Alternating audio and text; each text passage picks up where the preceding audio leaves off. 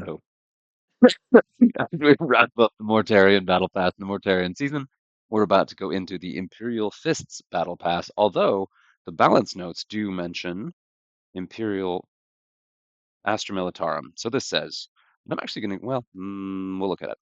Greetings, citizens. From the cursed resilience of the Death Guard, we move to the impenetrable bulwark that is the Astra Militarum's armored tank divisions. Grinding forward, the Emperor's wrath crushes the pestilent heretic beneath iron wrought treads. Needless to say, the season's focus is the armored wing of the Astra Militarum with a new thematic warlord to lead your vehicles into battle, which I am personally quietly hoping for the tank commander. There is a named tank commander, I forget. There's that wonderful meme of the commissar sticking out of the top of the tank turret, waving a sword around, drive me closer so I can hit them with my sword. One of the most classic Warhammer memes of all time. So I hope it's that. Let's see. So talking all things mechanical, we have two Necron warlords getting a glow up this season, and Glogothrok's slightly late to the Nurgle party last season. And a quick note on this. This is the first season in a while where I really didn't know where this was going to go. I didn't know who was going to get buffed or who was going to get balanced down. I'm still waiting for like Vanilla Abaddon to get a buff, but I guess he's good enough that he's kind of in the middle of the pack, and it's probably going to be a minute before he gets attention.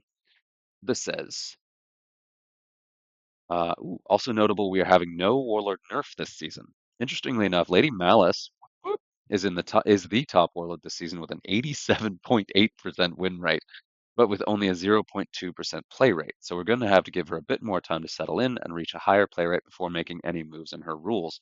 And I played a lot with Lady Malice last season. I don't think I played with her at all this season, so wasn't me. Good job, guys. Additionally, those of you who know the number of warlords currently available off the top of your head may notice two are missing from the bottom of the rankings. These are both Canis Rex and Hatred's Embrace, the two knights. Given these warlords are set up to be most effective in a 400-point format, we don't want to adjust them further to a point where they are overly powerful at 200 points and therefore dominant at 400 points. We're happy to leave them as is for now, and their 400-point win data is very respectable as is. Now, onto the buffs. Number one, we have Ulthakar, one of my very favorites from way back when I first started the game. Ulthakar, Zerakan Skorpek, Destroyer Lord, positioned 68th with a win rate of 70.4%, which is still a pretty respectable win rate. A play rate of 0.4%, and he's getting -5 cost to go from 44 to 39. Ulthakar is a difficult one with his fixed value trait, being that his hardwired gives a flat buff to cards when they're attacking a damaged enemy. And this got a massive buff a couple seasons ago where it's a flat buff, but it's still pretty meaningful. But as a trade-off, it does offer very high value in the early game. Yeah, so as you're a newer player, this is really, really good. You have to clip a card barely at all to get that 90%, to get 10% of its wounds off to trigger the bonus attack. Uh, yeah, very high in the early game. So while he's struggling in the later, more competitive arenas, we were assuming he was fine for lower ranked players. Yeah, he's still decidedly middling there. The biggest logical reason for this, so he's actually not performing very well in lower play. The biggest logical reason for this is that while his rule is powerful in the early game, his cost means that he can be a bit awkward to fit by the time the points are available. There may be better options. And for me, my biggest challenge with him is endgame. Until he's really, really high level, he's very vulnerable, having no defensive trait at all, and having passable wounds, but also being vulnerable to Big Game Hunter and not having the like Alpha Strike attack stats to finish off some of the scarier warlords. So he doesn't have enough durability or enough burst damage to really finish a game, and being vulnerable to Big Game Hunter really holds him back in some of the bad matchups. So we've slashed a big chunk of his points off and taken him out of BGH range. Nice. Making him much more flexible and a much easier inclusion in the early decks where he can thrive. I really like that. It's cool to see him as like a mid-tier, mostly starting warlord. He's just cool and he's interesting and he really is great for new players when you're first starting out. So yeah, that's cool. I don't know if it's going to make him dominate the end game because for me, actually, personally, what's really holding my warlords back or pushing them ahead is how they close out the end game, whether they can stand toe to toe with a Supreme Commander or not. And it's whether they can toe to toe with a Supreme Commander or tank the multiple hits from like a Tolmaron or a Artemis. Like Artemis with his Deadshot has been a really scary endgame piece for a lot of my decks. Next up, we have, this is an interesting one too, and this is as far as I've gotten before the video. I haven't read beyond this. We've got Manifest Nightmare. The Zaharakan Dynasty Psychomancer is 67th, so just above Ulthakar. Win rate of 73%, which is almost 3 full% higher. Play rate of 0.6%. When defending, if a friendly card does not, oh god, does not make an attack, reduce the damage dealt to it. So if you have a mono ranged attacker taking a melee attack, it takes -40 right now. This is going to go up to 50%, so it'll take just flat half damage from attack types it doesn't have in defense when it's defending, when it's not your turn. Manifest Nightmare is a fine defensive warlord, and this season actually marks his first appearance in the bottom 5. Wow. As a defensive playstyle, there are now other warlords that do it better, sure, and it can be argued with the huge buffs to the Corpse Lord, he's now in front as a premier defensive Necron pick. Manifest Nightmare is a bit more of a build-around rule than the Corpse Lord, and so can be less flexible. As a result, we're raising the Psychomancer up so that each of the 2 defensive options sit at around the same power level and with distinct identities. So there's true defense and then there's regen. Regen also combos really well with Berserk, which has been improved recently and is matchup independent, really. So like your ability to just heal off this guy, um, you can do that no matter what you're up against. Whereas if you are running a ranged Manifest Nightmare deck up against an enemy ranged deck, it turns off the trait completely. So he's matchup dependent in ways that I think are really challenging to balance. Just like the Mask, Manifest Nightmare, and even the Lion really struggle a bit in consistency just because they have so many really terrible matchups, being one of 3 possible deck builds. So, yeah, but I mean, it's cool to see a buff to those two. Those two are both like decent. I don't think they're going to run away with the game. Hopefully, they don't get too obnoxious. And with the amount of redeploy, poison, and kind of different damage mechanics going around, I do think Manifest Nightmare is not as durable as he used to be when he was launched. There's just so much more variety in the game now. Next up, we have the surprise Glogothrox, one of my favorite warlords, and who I just got my last bit of rewards to get him leveled up today. And every one of his enhancement levels, I've lucked into a gold enhancement. And I like the wounds, but then got that max melee. I was like, that's too good to pass up. So position 66, he's actually quite low, win rate of 73%. And my guess is that he's pretty low because he is one of the starting warlords. He's really, really old. He's way back. He's one of the first warlords you get. So many players play with him because basically every player gets him that you get a huge variety of skill levels and card levels and matchup. Stat increase plus 40 wounds. So this is still the previous season, so you don't see these changes reflected yet, but that's going to be pretty significant because that's base. And he's already got fear as his primary trait, plus his special rule of making opposing cards hit less hard. So that's wow. Um, so Nurgle's Rot, when a friendly card is destroyed, so he's getting plus 40 wounds, and when a friendly card is destroyed, the card that destroyed it is infected by Nurgle's Rot and has all its attack values reduced by 20%, is going up to 25%. So he's actually getting a buff to Nurgle's Rot. Yikes. I think for Glogothrox, obviously a defensive playstyle is less popular than all-out offense, especially with all the general chaos set up to all-out aggression. Yeah. On top of that, with more warlords out there now that buff attacks being much more common, there are more opponents that can just power through the debuff more consistently. Sure. By raising the power of the debuff, it should much more consistently cut down on the power that let Glog do what he does best. So if you're talking about going up against a Supreme Commander Gosar or Supreme Commander Angron or a even a Tolmeron to some degree, or something like a Magnus, like a lot of the scarier warlords out there, even a Supreme Commander um, Abaddon, like with those extra readies, the extra damage buffs, that could stack to the point where it can punch through those damage debuffs. And also, you just kind of have a general more aggressive cards in the pool right now. Plus, of course, just like Manifest, you have a lot more poison, and you've got more traits that do automatic damage. Yeah, so the buffs make sense. With the Warlord changes done, let's have a quick look at the Bodyguard changes. Ooh, and we're going to the Astromilitarum for this one. Pardon the cold. First up, we go to Wrathful Spirit in the 40s. You right here, buddy. This one will be getting -2 cost from 42 to flat 40. Okay. Then we've got the Exorcist. I'm going to go ahead and use the search here. The Exorcist. This one. This one going -2 cost as well, going from 38 to 36. Then we have the Catapron. This one, the Destroyer getting +15 base wounds. Mine is still level 3. Wow. Wow. Then we have the Spiky Spider. Let's see, what is this? The Alastarius. Yeah, this guy. It's an interesting one. Getting -2 cost as well, going down from 33 to 31. Then we've got the Taunt, Mechanicus Taunt, the Disintegrator, getting +10 base wounds. Okay, that's not the Taunt, that's the offensive tank. All right, interesting. So now a pure Mechanicum is getting a pretty big buff here. Ooh, and we have these guys. We got Pele, Chilamon, Heavy Dreadnought is getting +5 range and +5 melee. Wow, those are stats at level 3 and he's getting buffed. I mean, he has 50 points, but dang. Finally, let's look at the cards added to the general pool. And a lot of these are ones that don't have, and it's saying which pool they're added to, which is a nice nod, although it's pretty straightforward in most. So we've got the Shadow Sword, the Baneblade, the really big variant. We've got the Space Wolf's Longfang. We've got Space Wolf's Skyclaw. And while I'm reading through these, I'm going to go ahead and just start some PvP, just so we can do some stuff. We've got Crom, Dragon Gaze is getting added. Nice. And we've got Harold Deathwolf, one of the new Wolf Cavalry, which is fun. Canis Wolfborn, another Wolf Rider.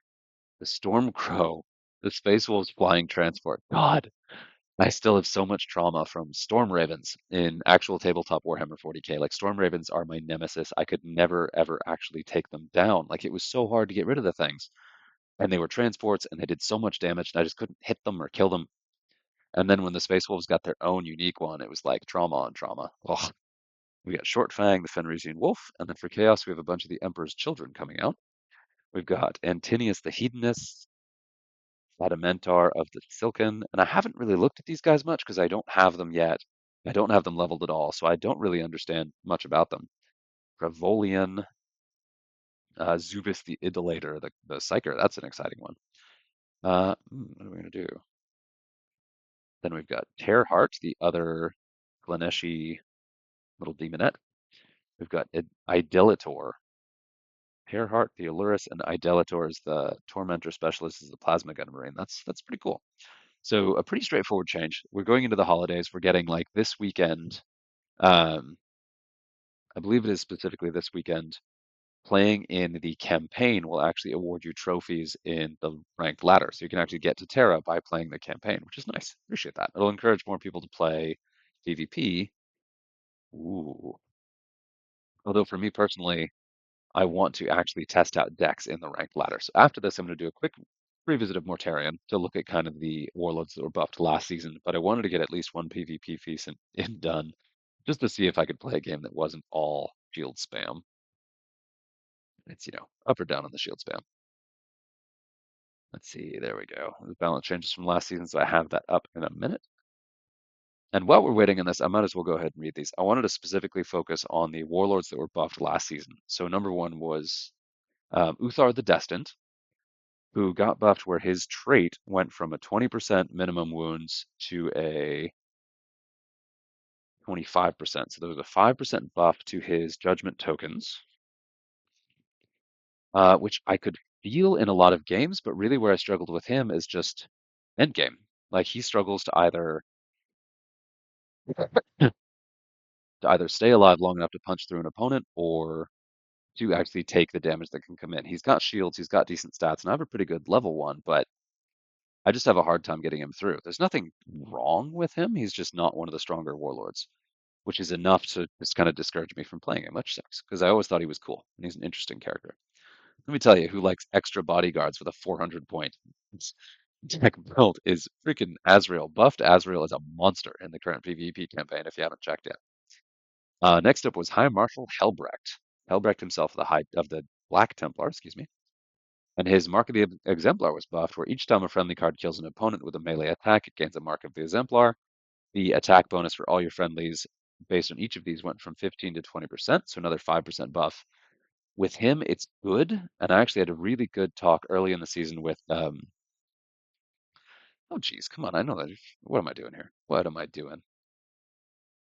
I'm blanking. That's what I'm doing.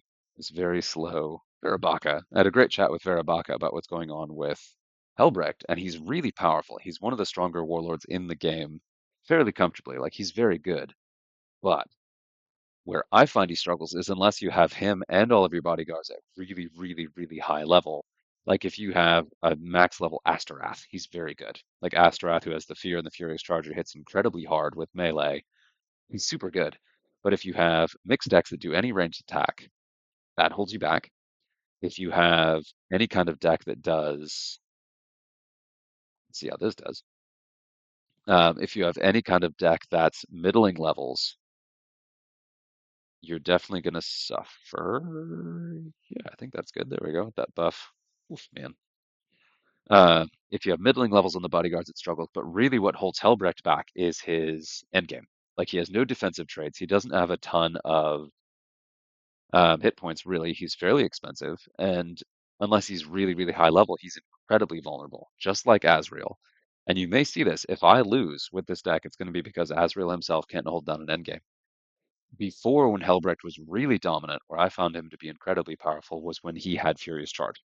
So you could play him a little bit early strategically. You could have him like do some extra damage and like maneuver him a little bit, where having anti-infantry gives him some good matchups, but mostly against decks he was going to beat anyway, and doesn't give him any advantage against the decks he was going to beat otherwise. So I really, really miss Furious Charge on him. Um, but I mean, I get why he lost it too. So, and then finally we have Gosar, plain old Gosar, base level Gosar, not Supreme Commander. He got the buff where his basic stat, he got plus 40 wounds. And then his end of turn buff went from plus 3 melee attack to all cards in your deck to plus 6. And my goodness, do you feel that? You get an insane amount of damage out of him over the course of a game. And if you have high level Tyranid bodyguards, they already have good durability. They're already pretty efficient on cost. He got buffed very nicely. I don't think he's still going to stand up to Supreme Commander Gosar in most matchups, but it's nice to have the alternative play. And I think he's very comfortably buffed up to where he should be and works pretty well. And unlike Uthar, he's got the haymakers where he can close out games and like one-shot opponents. And usually his decks are scary enough that he can make it through to the end game without getting as like pulled out and without an advantage as Helbrecht. Because Helbrecht's ability, you have to actually work to trigger, which is the biggest thing. You have to actually work to trigger it because you have to get kills in melee. You have to get kills, whereas Gosar's trait just triggers every time, where it's going to happen. You don't have to actually do anything special to trigger it. You can see me just absolutely cheesing this buff with Azrael. I absolutely had to have double Medicaid, double taunt sprinkled in here, because without that, it just falls apart. But with that, like, I don't know if you've been following this video at all, but look at this curious.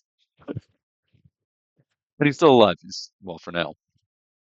There are high odds that he survives this turn, and then I get another psychic attack. Will just one shot anything that's in front of me, which is a little bit silly. And this is something that I ended up doing because I was really struggling with shield spam and some other decks that I was having a hard time pushing through. And so like running a mixed utility Azrael deck was a way where I was able to take those out. I am sad that I lost my librarian Dreadnought so quickly because he's a really good utility for taking out those shields, but you will probably see that I don't need it.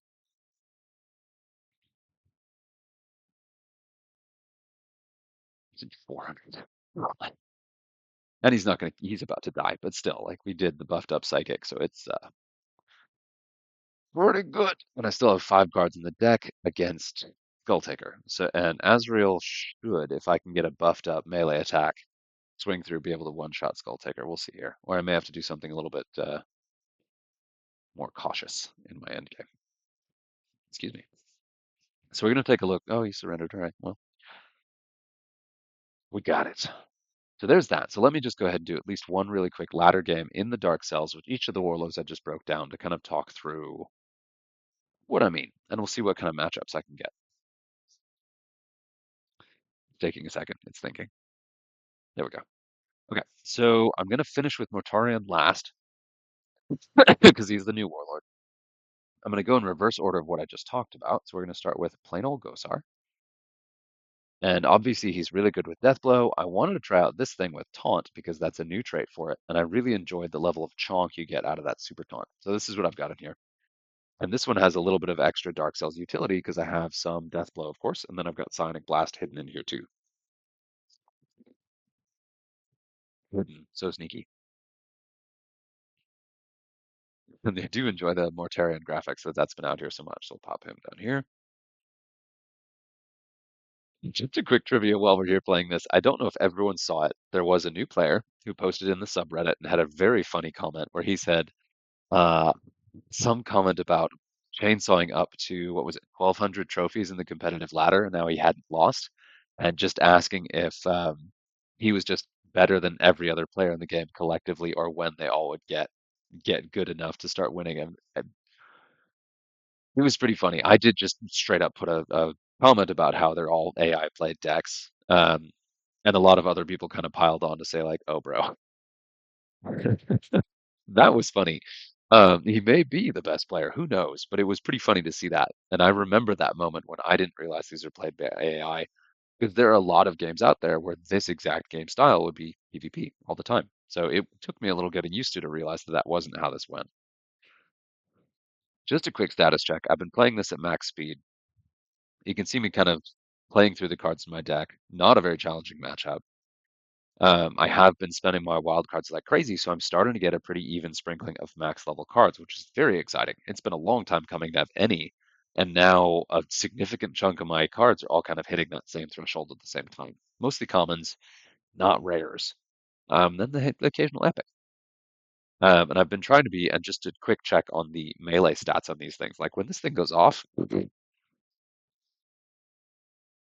but yeah, so I've been very disciplined, especially with my epic and legendary wild cards, especially the epic ones, because I'm just used to epic cards taking so many copies and taking so long to max out or to level up at all that I've usually been focusing on one or two epics where I'll use the faction specific epic card for one thing in that faction, and then I'll use the wild ones for a single card at a time. So I'll do like double down process. So I did Harn for Chaos, Wagon for Eldari have been my top two, the ones I'm really going for. After I maxed out the Librarian Dreadnought for Space Marines, because I love it. We'll give that a second. Wait for the program. Come on back. Come on back. It's thinking. It's thinking. Should be back in a second. Yeah, there we go. Okay. So that was New Gosar. There's not much to say about it. I do think that he's really fun to play. I think that buff was just what he needed to really compete. With high level cards, he feels pretty stompy against some matchups out there, but there are a lot of things that still beat him. Like he's certainly not unbeatable. So next up in our stack is Helbrecht, and this is not going to go as well. I really did not have good luck with Helbrecht. Here we are. So he's not in big game hunter territory, which is good. I really like, and somebody called me out on this. I really like Moloch with him because he's got Furious Charge, he's got really high base melee, and I've got him at a level where he has at least one shield. Like he's really good for me, much better than my Asterath because my Asterath is quite low level. So this is kind of the deck I've been running based on my card levels. And my Helbrecht isn't bad. Like at level 8, it's funny. I say like, oh, level 8's high. And then I look at the total level spectrum now, and with the added 3 because of enhancements, level 8 is really low. Um, so like his stats are really sad for an end game warlord, especially that range stat. Yikes. So I better have a lot of exemplars alive on the board when he hits it to get any benefit out of his ability at all, which has been the big limiting factor, as I often don't have that.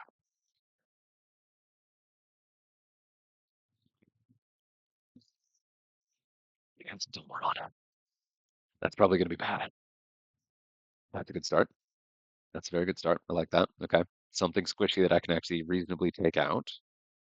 I'm going to double down on our Blood Angels. All right, cool. That's a really good start. He is going first, though. So we'll go ahead and do this. And I may regret putting him over here to get that big game hunter. We almost immediately get an exemplar, which is good. Nice. Okay, so this is a pretty thick Tolmaron deck, so that should feed into me a little bit better than the matchup would initially suggest. Now, it's still really unlikely I can take this guy down in the end soon. But let's see it. Excuse me. Oh, that's pretty good. But still, he's still got 4 cards in the deck. I don't know what they're going to be. All my cards are pretty low hit points, and this you can see me running out of steam pretty quickly because my cards are taking damage much faster than they're getting the kills that I need to finish the game. Still have a pretty good edge. This is a pretty low level deck across the board, and even that poison I was just hit with isn't a very impressive poison. Yeah, let's do that. Now we've got Mark of the Exemplar on him, and that should be enough to finish this out. Yee, maybe. And this is kind of that trick. Like, this is an ideal matchup. I have a Mark of the Exemplar. I've got him on the board. It's my turn when I played him. I'm about to get another Mark of the Exemplar, and I have, oh, that should, yeah. So I have got anti-infantry on here, so I should comfortably pull this out. Yeah, okay. So, but that was like the perfect matchup where I was over leveled. The deck fed me some stuff I could get the advantage out of, and you still saw me almost run out of steam at the end there. If I hadn't been able to one-shot that, I probably was about to lose that game. And that kind of thing is like, Helbrecht is really, really skin of your teeth until he gets so overpowered that he's not. So I'm still struggling with him. I can see how he's really powerful at the upper level. I think he's fine as is. But when I ran him a lot, when he scared me the most was when he still had Furious Charge. Like, anti-infantry is good, but that Furious Charge added a much more tactical playstyle to his deck and let you choose when to deploy him in a way you could get Exemplar on him and remove a key opposing card. That was a really powerful play that I enjoyed. And I feel like with anti-infantry, it just made him static. So he's just more, you play him and then you wait and then you do stuff, as opposed to him being the leader of the charge that I had grown to expect him to be. And I know we have a lot of Furious Charge Warlords. You don't want to give it to everyone, but that felt really key to Helbrecht and playing him at the middling level that I usually play him at. And looking at these card levels, these don't really feel middling, but they kind of are. Like, even that 9 is pretty much smack in the middle of your card levels. So my commons and these rares are actually pretty high. So that's Helbrecht. Let's take a look at Uthar. Yeah. And then we were also going to look at, is that it? I'll double check the thing in a minute. I should remember this. Look at good old Uthar. And my Votann cards are actually quite high level. So let's see what we're looking at. I do think that Votann still have the best ranged decks. And these have been really cranking the Votann campaigns, the wild cards. And I've been making a point to collect them really aggressively since they were released as a faction. So my cards levels are the most evenly high leveled of any faction out there, except for the new cards that I obviously haven't had time to level fully yet. Like, this is my top, let's see, that is my top leveled card in Votann for Epic. So we got here, so 5 cards in the deck. And this is one of the tricky things about Uthar. I don't know that with what he's got showing, he's probably not going to have a ton of expensive cards. Yes, we had Gosar, we had Helbrecht, we have Uthar. Yeah, okay, so those are the 3 buffs this past season.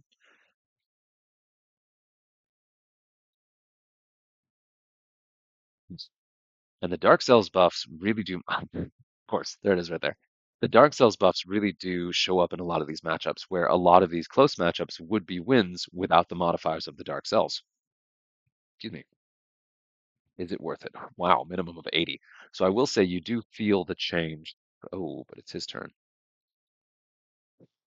You do definitely feel the changes for this. So, like, the balance changes for the increased effectiveness of Uthar's thing. Like, this guy's gonna would die from his precision shot.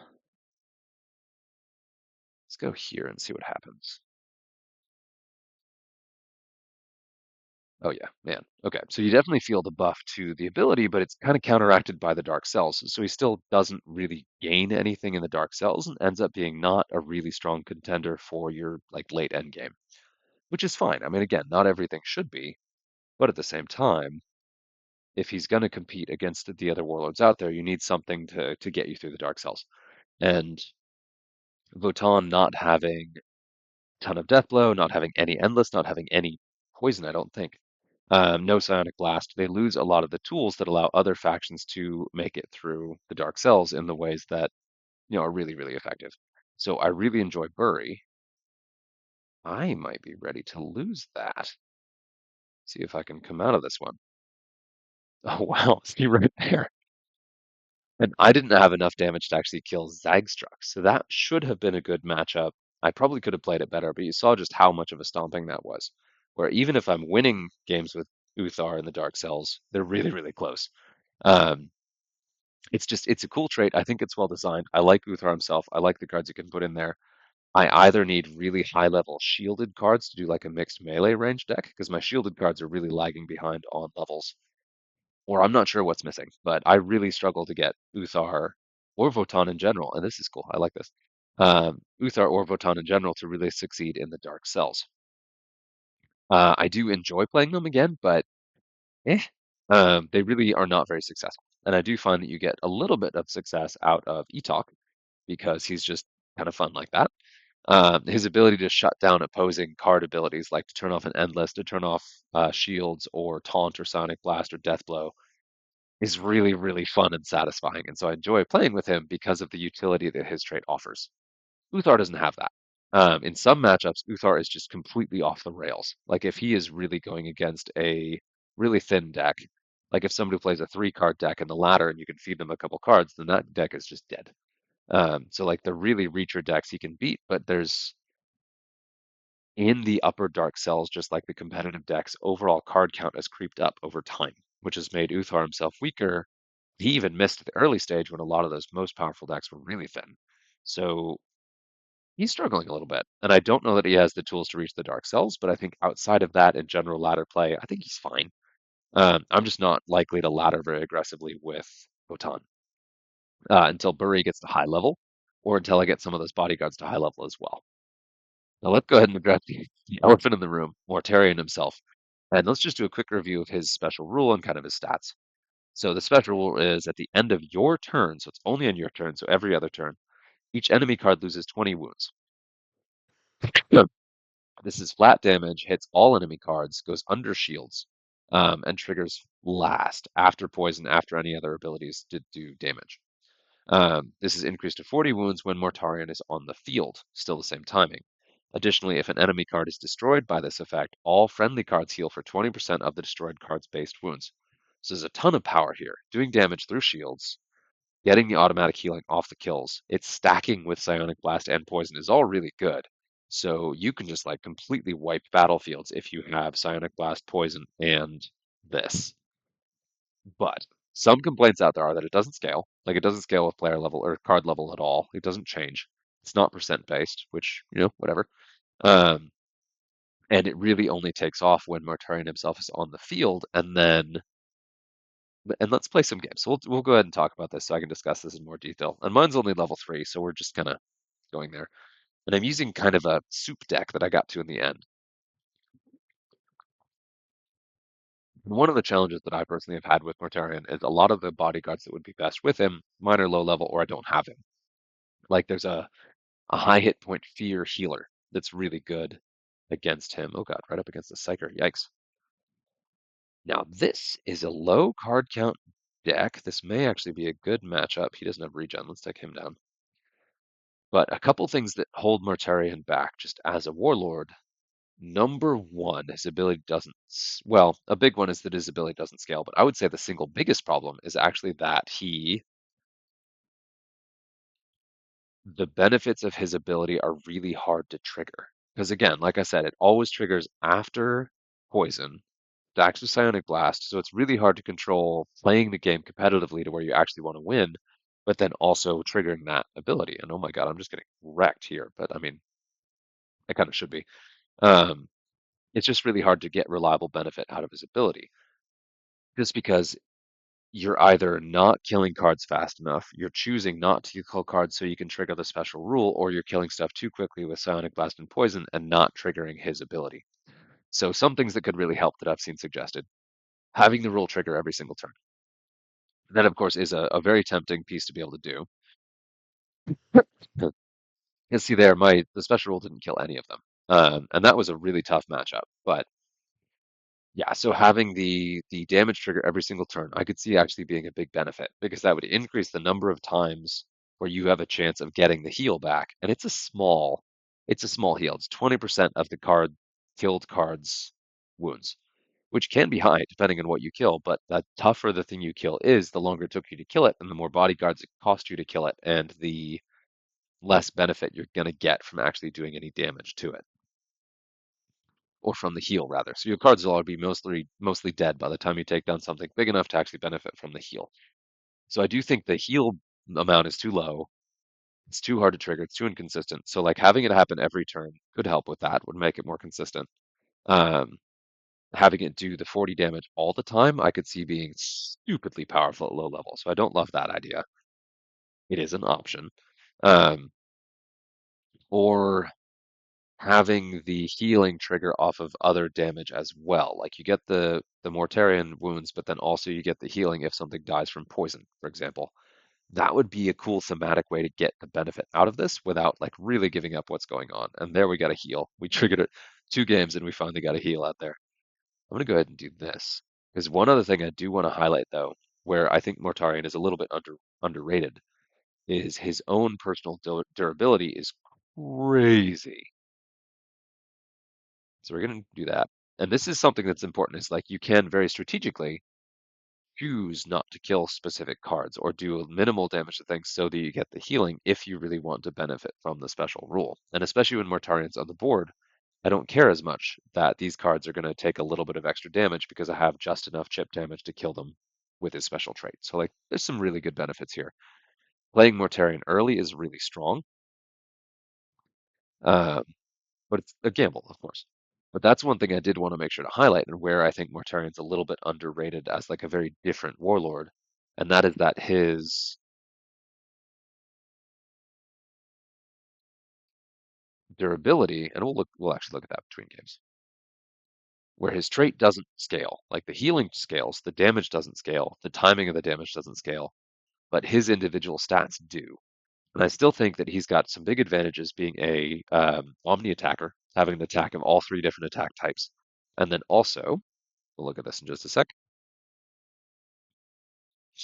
Apologies for the connection issues.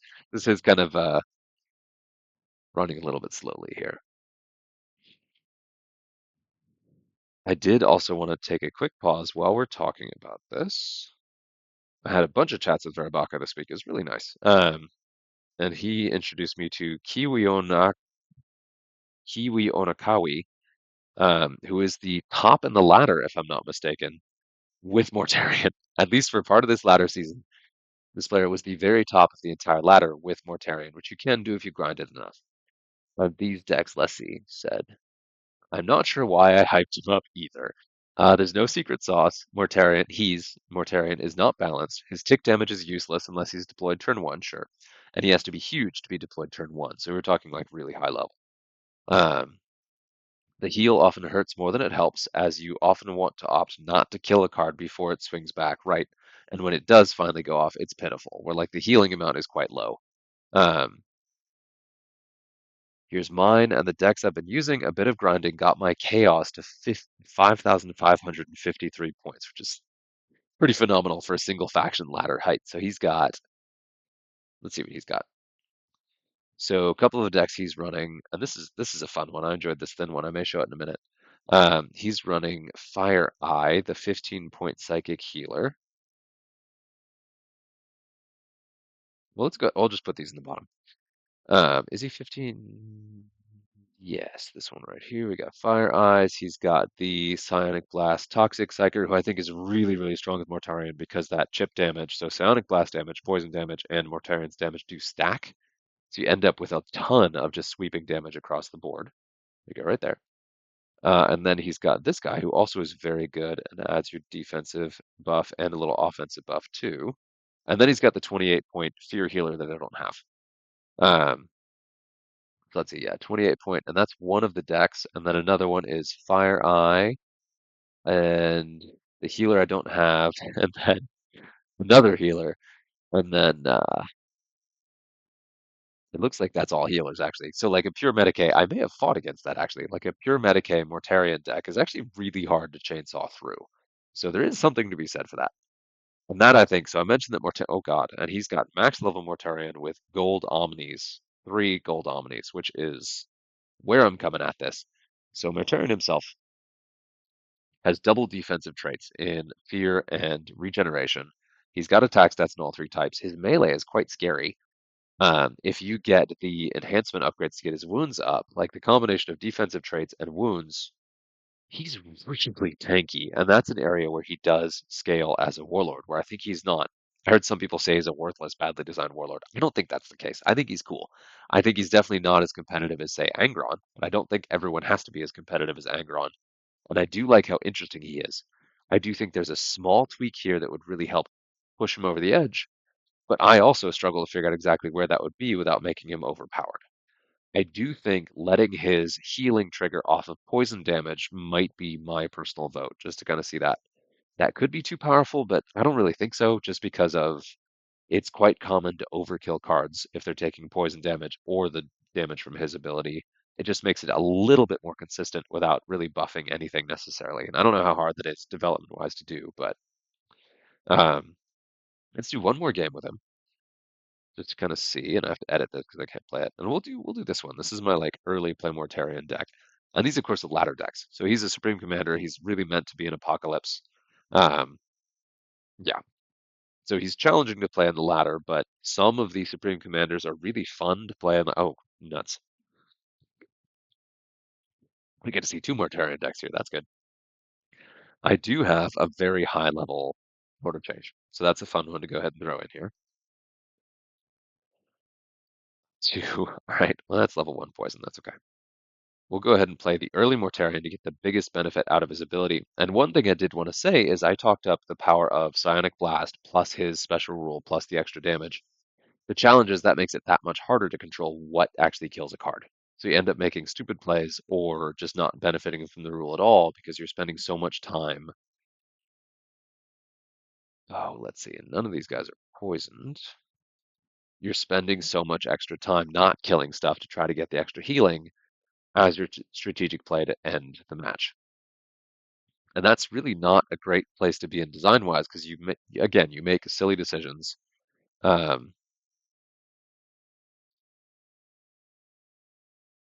oh, what do we do here?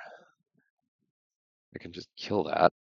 Because here's exactly that moment. Like, how much damage do I actually want to take back? He's not killing me anytime soon.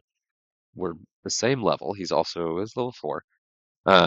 So let's go ahead and blast it. And that'll give me that. Discourage him from using Psychic. We're just taking those Psychic things back and forth. He's barely hurting me with the Psychic, so let's go ahead and keep powering on that. And I should have this comfortably. It really would come down to who has the higher level if there was a noticeable difference in our card levels, but there isn't really. Um, Yeah. So and he had the endless poison Death Guard guy. I think he's a really powerful piece. And one thing that I found a lot is actually the Psionic Blast poison.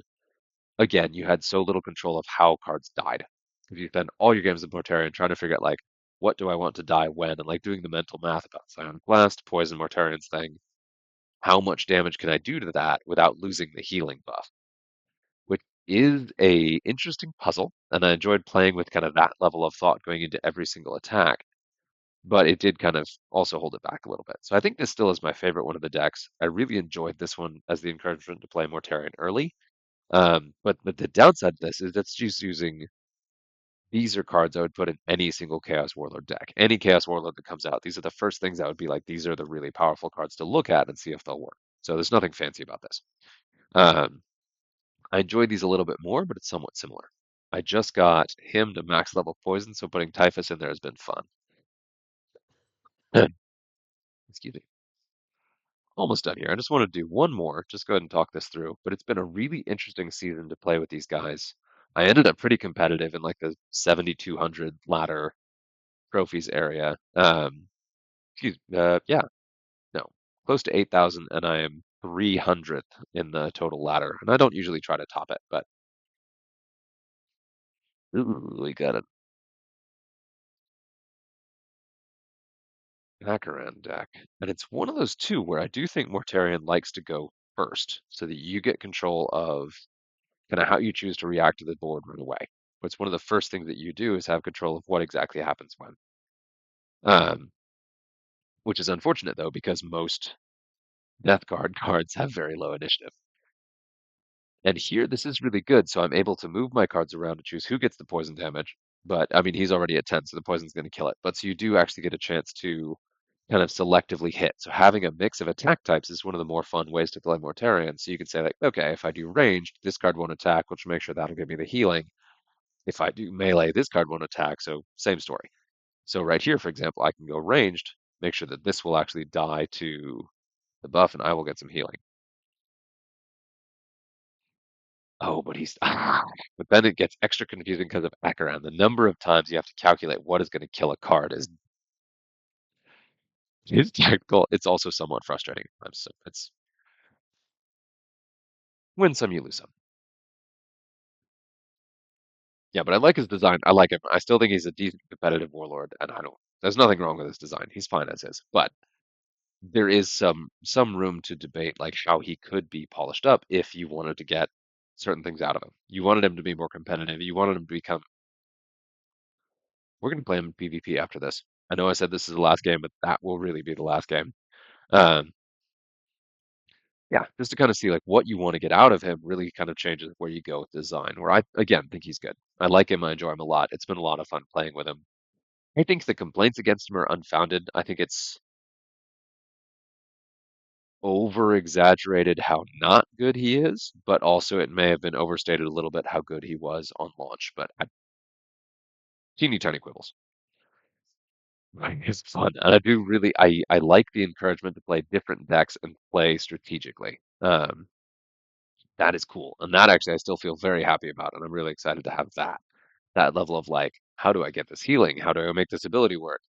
It's Mortarion, and he's very different. I think he does add a lot to the game the way he's been added to it.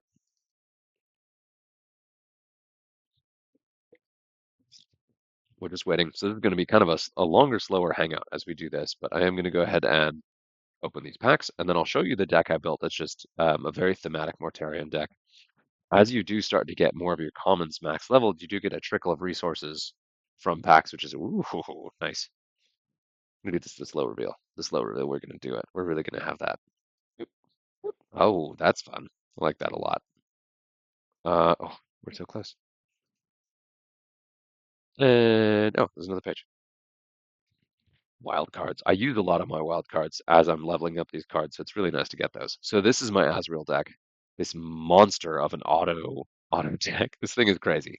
Um, yeah, double taunt, double Medicae, Psionic Blast, some shields, and then of course your dead shots. So like your target acquired and your dead shot are really, really good. And this guy is super good with an Azrael deck, letting you to surprise like pick off two shields or pick off two cards that people didn't expect them to go. Like this guy is one of my favorite PvP cards ever. He's still one of my favorite cards ever. I just really like him. And he works really well in an Azrael deck where you can go melee or ranged or, psychic. Um, Azrael offers the kind of strategic play I really love, where you like mix up your attack types based on what's about to happen. You think a couple turns ahead.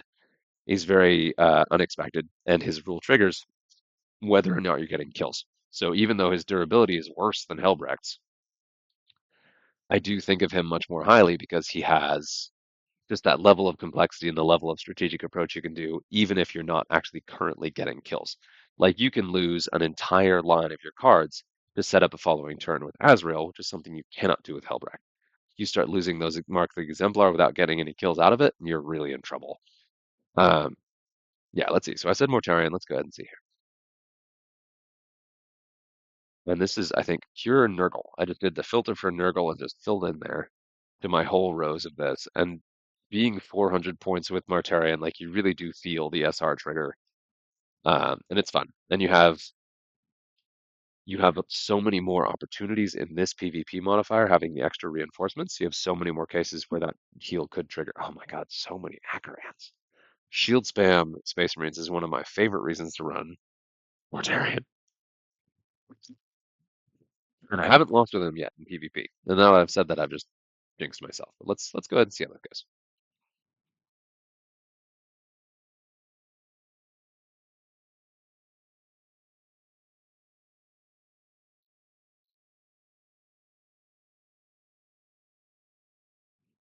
Unless we just go straight to a surrender. Nice and calm, relaxing evening. You may have noticed that I managed to remove my background, which I really like how this is sort of adding to my photos or my videos. So hopefully you enjoy this. I really enjoy how it doesn't have that just box cutting out the screen, and I've got more going on here. Does cut out my hands a little bit, but that's straight to a timeout surrender. All right, all right. There we go. Good. It's good. I'm excited for the season. I enjoyed this past season a lot. With the holidays coming up, we'll have some more laid back time to do a little bit more of the next season. There's nothing really being buffed that I'm excited to try out necessarily. Like I like Ulthakar, I like Manifest Nightmare. I really love Glogothrox. But that's kind of nice. Where like in the previous seasons, there's been like some climactic shift, like big change, and I felt kind of compelled to play that changed Warlord, which led to this season. I played a bunch of stuff that I was like not super excited about.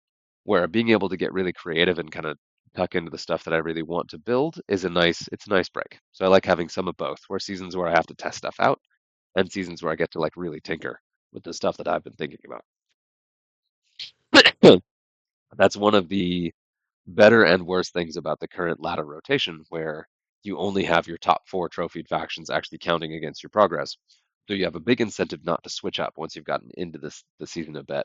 I like that because it does lock you in. You're like you're committed. You have to like see this through.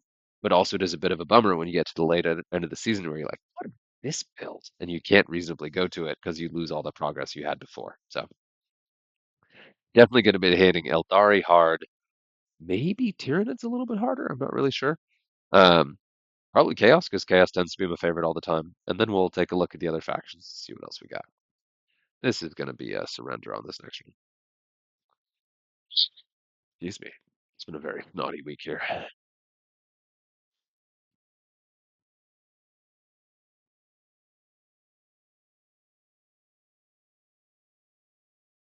Oh, what a bummer. What a way to go. That was green on green. Look at this.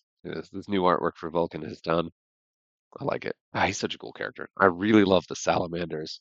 I still would love to see like sub-faction um, cosmetics because I don't necessarily want a I mean, I would love a salamander's warlord, but it would feel unfair to do that because I don't really want an Iron Hands warlord. And you want every single sub-faction to be represented at that point. So like if we could change Acheran to like different sub-factions just by skin, like Acheran and or Tolmaron, being able to switch them to different characters who represent the same thing, but with a different name and the different sub-faction, that would be cool. I would really like that. It's just such it's such a small, like trivial thing to want as a player, and probably from an engineering and artwork perspective, quite challenging to actually pull that off. So I do not ask that strongly, but it's always one of those things to just like put out there in the universe and see what happens. I don't think that could happen for every card. So just like a couple warlords giving you the option to play a full deck with a specific sub faction is one thing I've always wanted. And you could do something similar in. It would be tough to do something that similar in the other factions. Maybe Eldari Zephyr could probably change between the different ones. And it's just left to do. Like, yeah, it would end up being a very Space Marine centric thing because those sub factions are so well defined. You've got a couple more generic warlords you could switch around, and you're getting some of that flexibility with the different Supreme Commanders. But I mean, we don't have a White Scars commander. We or a warlord, excuse me. We don't have a most of them really. Who do we have? So we've got Blood Angels, we've got Black Templars, we've got Dark Angels, two Dark Angels, two Ultramarines, one Blood Angels, one Black Templar, one Space Wolf.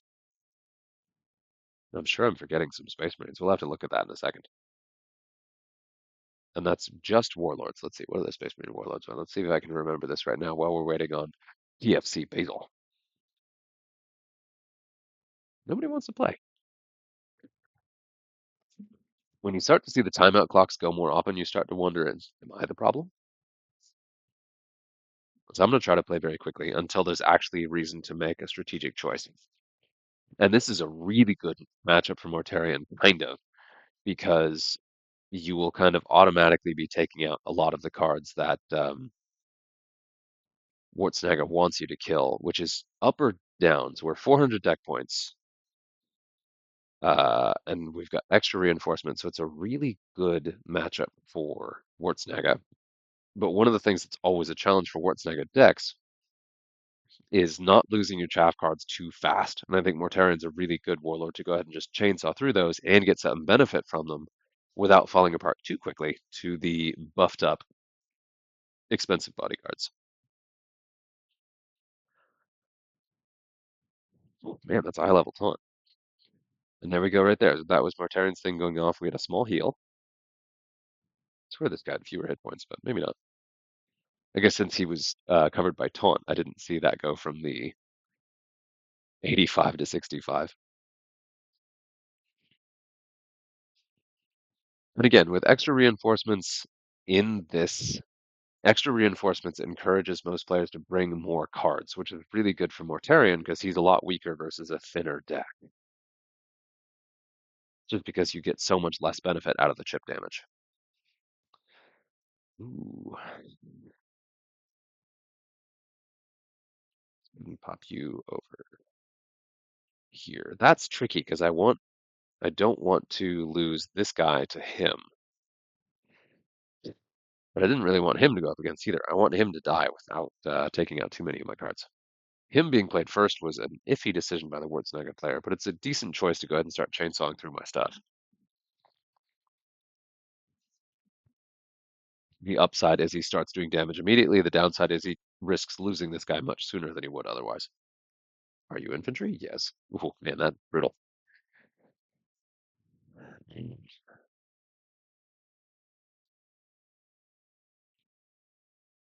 So we're definitely doing damage to this guy, but he's getting huge.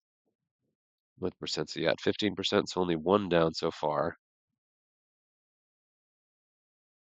Up to 5 times. Whoa. Woodsnag is really good in this specific campaign, so I'm curious to see where this goes. He's gonna have some really big stuff in that deck. I've already killed a lot of cards. I wonder why he's feeding me so many thin things. He's just maybe not sure what else I have in here. And he's betting a lot on this guy surviving. Oh, there's one. Oh man. Oh boy. Now that was a risky play playing him early too. Like he should be just feeding me chaff cards here, which I guess that counts. How much damage we got? Wow, that's a lot of range damage. I got to ready. I got to do it. I don't like readying because you're just sort of delaying stuff, but I need to start doing that a bit to make sure I want that taunt turned off so I can poison this, so I can start burning through these because I am going to need to take these down sooner than later. And this was a really good play. The Gobos really added so much to what Wartsnaga decks can do, giving you the endless cards that are sub 10 points to go ahead and do what they can do. Yeah, let's do it.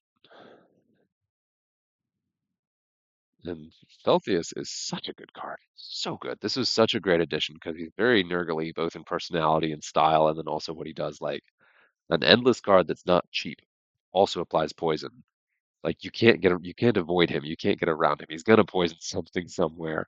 Um, which I love that design. Like he's a really fun card, and he's really ties together kind of what Death Guard have become as a sub faction in the game.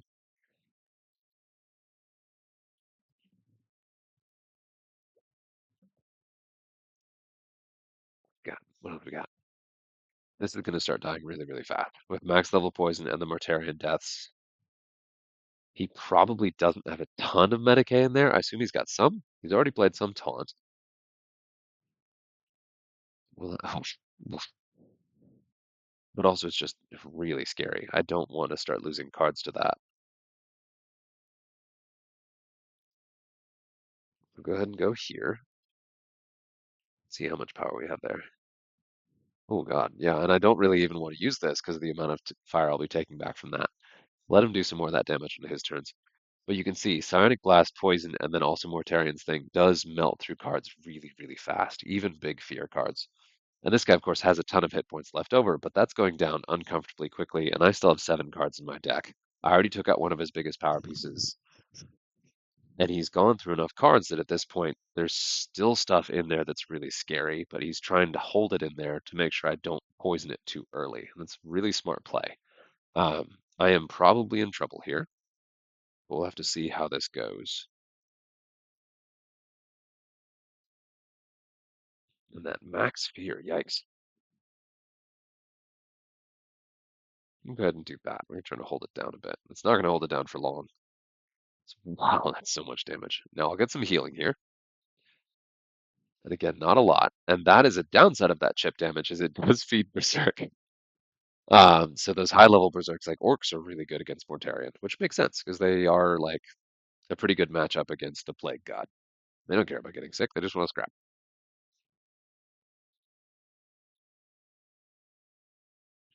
If I am able to take this thing down with one of Mortarion's triggers, that would be a big coup because I would get a bunch of healing off that.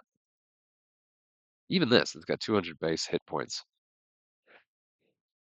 I think I will be able to actually do that on my next turn, but it may cost me a card to do it, and that's not ideal. Okay, here's one. So like this one, yikes. With Max Fury is actually not very scary. I say that, and he just like annihilates one of my cards. Okay, I am rapidly running out of bodyguards, but things do look pretty good.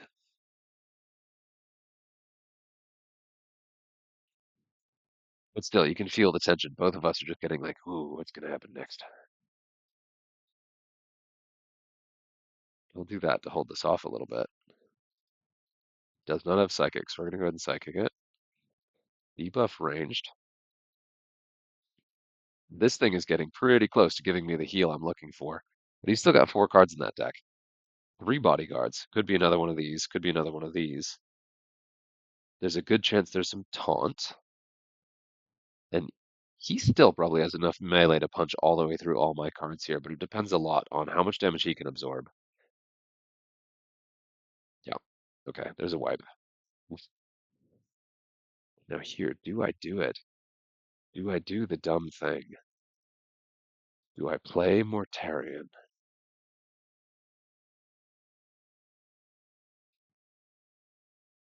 And if I do this, oh god, okay. Now I'm gonna do some quick math. So I'm gonna hit for 40. So this guy's about to take 65 damage at the end of this turn. So I have to somehow hurt it without. I think this is still good enough to give me the big heal buff off this thing. Yes, because poison's not going to kill it. And then my end of turn blast will. But then if this guy goes across some Mortarion, I could be in real. Well, no, his stats aren't actually very impressive. Really, that Berserk added a lot to how scary these things are. So I think I'm rating all of these as scary based on that Berserk card. And it takes a while to build that up. So I may be able to pull this out. That's not good. Could be worse. It's not good.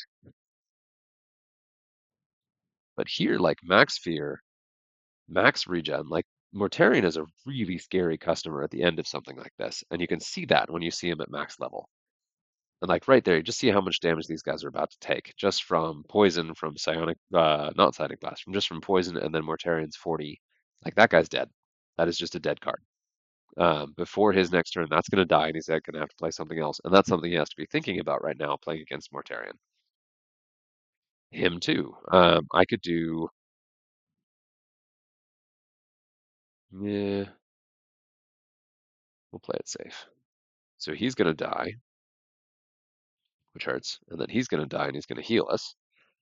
But still, this guy really can't hit very hard to get through 600 hit points, even with Big Game Hunter, without a real meaningful buff here, without taking too much damage back. And he has to play Wartsnaga. And this, of course, a really, this isn't really indicative of what a real play is like with Mortarion, but you see, I've got a field stacked with fear. Mortarion himself is really hard to shift, and it's unlikely he's going to be able to clear either Warlord out of a wing, or either Bodyguard out of a wing, even with their rank 2 fear. Like they're pretty sticky. And then at the end of my turn, no matter what happens, Schwarzenegger's dead. And we'll just go ahead and swing for 500 damage casually. So you could really see how powerful Mortarion can actually be, especially at max level, largely on his own durability. And like the chip damage wasn't much, the healing wasn't much, but you did see those add up over the course of the game because they go on the entire time. And the upside of both is so good that I still think it's easy to underrate. But I don't know. I mean, I think ladder games largely are too short with too little going on to fully see it as powerful as it can be. Like it could be incredibly dominant campaigns in Apocalypse in PvP if it were buffed more than it is. It does feel pretty weak in the ladder right now, but it's still there's so much upside to it that I'm just like, yeah, I'm still not really sure. Um, yeah, I don't know. We'll go ahead and do one more bonus. If you're still with me, I'll do one more just because I want to real quick. We're gonna try Lady. We can do my favorite girl herself, Lilith, and we're just gonna look at our favorite cards, and we're gonna go shooty. Just thinking about the different warlords that I've seen played. And now I'm running Lilith here because every single card in this deck will be able to redeploy, whereas with a Lady Malice, only up to X number of cards would be able to redeploy, where these guys all can. So I'm going to try, let's do the Phoenix Lords. Let's get crazy. And I still don't have Phoenix Lord Lycus, which is a sad day. We are going to want some poison. But who with the poison? We're going to want some shields. This guy is so good. I want to do a thing at some point talking about some of the newer cards that just came out. But like this guy at 12 points with the shields, wow. With all of the way that so many Eldari warlords will build around this guy, like it's really cool to see a truly great Dire Avenger card. I really love that one. That's a good one too. Oh, there's another Phoenix Lord. Yeah, there you are. Now where's my Scorpion? I went right by him somewhere just because his range damage is so crappy. There you are. God gives him love for Karandras. Okay, and then we're going to throw in a little bit of. I think we're going to take him out. Let's go ahead and take that out. Then we'll throw in some healing, and we'll want a little bit of. Let's put you in here too. Super good with all the different attack types. Oh man, I have so many slots still to do. Okay, then we're going to do Medicae, and then we're going to throw in a little bit of poison. Yeah, we probably don't need to. Medicae. Where'd he go? Where's my 27? Sorry for folks. Oh, that's a good call. We'll throw him in there. And then we'll throw him in there. And then we have 37. So we'll tweak things a bit. So we'll put you in here, and then we'll look at what we can take out to get the extra points. We'll drop you, and we get 43. We'll reset this. And a lot of the time, I put these decks together, you can't really see how it works until you actually try it. And I've played a fair amount of this PvP event, so you'd think that I'd be able to see this just on a blush, but I cannot. Ooh, that's an awkward points hole. It's a pretty good one to throw in here. We'll clear some shields, do some extra stuff in there. Okay, let's do it. And again, Lilith is so good in this case because you have a lot of cards with undeploy abilities, and every single one of them can redeploy up to 3 times, which gives her so much flexibility with a large field, and that 400 extra deck points gives you just so much more to work with. She's just like a massive pile of utility. I also have been really loving some of the new cards in Eldari, and it's nice to get a chance to run them max level. Because like that the Dire Avenger Exarch I just talked about, mine is like level 2. So it's going to be a while before I use him, but I'm really excited to use him because he's crazy, crazy powerful. And that's a build, like the shield and sword build is a build that I ran on the tabletop years ago and really loved that that was a way to make like a tar pit defensive, like little infantry unit of Ildari. And at the time, there was no model for it, so I had to custom build one, and it did not look good. But it was fun. I used a high elf shield. It was a very satisfying way to show that on the tabletop. Oh man, if we go to another stall out, I'm gonna be so sad. Although I did just do like shots fired when I'm playing Lilith with this thing first drop. But against Corpse Lord should have some ways to deal with this. And I haven't seen another player play Lilith at all. All right, good play. Excuse me. Now he's running a full deck with Corpse Lord. He's probably got some really big stuff in there, and then a lot of kind of medium stuff. But we'll watch him drop all of the Satan. I saw something about redesigned Satan today, but I haven't looked into it. I've seen the new Nightbringer. Oh, what do we do here? You're going to be something big in the middle, aren't you? There we go. Let's play it safe. I think I took out my other taunt, so I may regret that. Now, downside to Lilith is even though she gets the redeploy multiple times, wow, that's so many Medicae. Oh God, he can just ready. Even though Lilith gets the redeploy multiple times, she only gets it when a card gets a kill, whereas Lady Malice gets it just for a card being played across from her. So it is arguable that Malice's ability is still better in certain situations, certainly in certain matchups, but it's hard to judge. In most matchups, I think the utter murderiness of Lilith is probably going to win out. That is so many hit points, but I got a weak point. I got a weak one. And this has 28. Yikes. Just looking to see if any of them are vulnerable to Big Game Hunter. They are not. Watch it just be nothing but Medicae. Oh my god, if it's just all Medicae, I will be so sad. Just Medicae Shields regen Corpse Lord, like, oh, the stall deck of all stall decks. I think I can punch through that, but whether I'll run out of my cards first or not is another question. And gross. Okay, don't you ready? Don't you do it? Don't you do it? If he readies, if he just keeps readying to the hit points, I am gonna just like win out of sheer spite. I can do that. But at this point, I'm also gonna have to start losing cards to punch through this stuff because my on deploy stuff really does add a lot to my offensive output, and I need to do that before this healing gets out of hand. Like this guy is back to 500 hit points again. Not vulnerable to Big Game Hunter or anti-infantry. It's important to note that about this thing. As a tar pit, it doesn't have shields, but it has the psychic debuff and isn't vulnerable to any special damage type. Yeah, it's not vulnerable to Big Game Hunter or anti-infantry. So there's like nothing that takes that down. Um, I had a thought. So there are a number of factions that don't have poison, but the mechanic of poison is really, really important. Would it make sense for a flamer rule or like an incendiary modifier to do the same functional thing mechanically as poison, but be something that makes more sense for the factions that don't have access to poison? Um, I had that thought literally just now because I want a way to burn this thing down, but I don't. Eldari, of course, had poison, but like Votann, for example, could have incendiary weapons or flamer weapons that have that rule that would still have the mechanical effect without like breaking the thing of them having that kind of ability. And flamers are such a big mechanic, so like Sisters of Battle having a bunch of that would make sense, which could add a lot of like functional poison to the Servants of the Emperor faction, which would be an incentive to run something other than Psionic Blast. And this is what happens when I just stay up late, talking to myself, playing the game, talk about ways to make things different, which is silly because I do enjoy it at this point as it is. Now I've successfully gotten this thing 200 points down. It's still so chunky. Now I want to start taking stuff out in his turn. Secret trick here when going up against Lilith is making sure that cards are removed on your opponent's turn so you get the advantage of the redeploy and Lilith players don't, is a really powerful counterplay. So that's what this guy's doing here is he's just stalling out, but also he's making sure that I'm not getting the maximum advantage of Lilith's redeploy. He knows what he's doing. Um, 4 shields.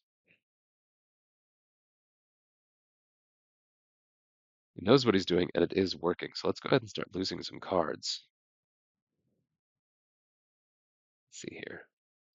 See how fast I can chew through that. I'll just keep running the outflank as readies are going to run out too. So I've got so much outflank in here. Baharoth with the double trait, like this is such a good combination of traits for a Lilith deck to deal with this exact situation. If I didn't have both Baharoth and Surefire's outflank, this would be much more challenging because it would slow me down just enough that healing to keep up a little bit better with my damage. Can we do it? Can we do it? Can we do it? We'll see. He thinks we can do it. Because this should, yeah, I've got enough firepower to go through that. Even if he debuffs, it's getting pretty tough to stay alive here. And if I do another shooting round, I will get another redeploy because Moonjudge will die. Oh, he surrendered. Ah, I mean, I probably had him, and that was going to be a really long game. But I hope that deck isn't built exclusively to stall people out until they surrender. Because, like, no way. Um, but maybe I don't know. Maybe he had a really frustrating matchup with some shield spam, and then decided to counteract that. Because also, likewise, Necrons have very few poison cards as well, and an Incendiary rule would make sense for them too, because they have some like Flamer type stuff. Um, yeah, we'll open these packs and then we'll call it a night. This has been plenty. If you're still with me, you're heroic and I love you. And we will see everyone again soon, I am sure. Got more X-Wing talk coming up, but for now, it's Warhammer combat cards. Man, look at those epics. Look at that. Oh, yeah. All right. That's it. Till next time. Cheers.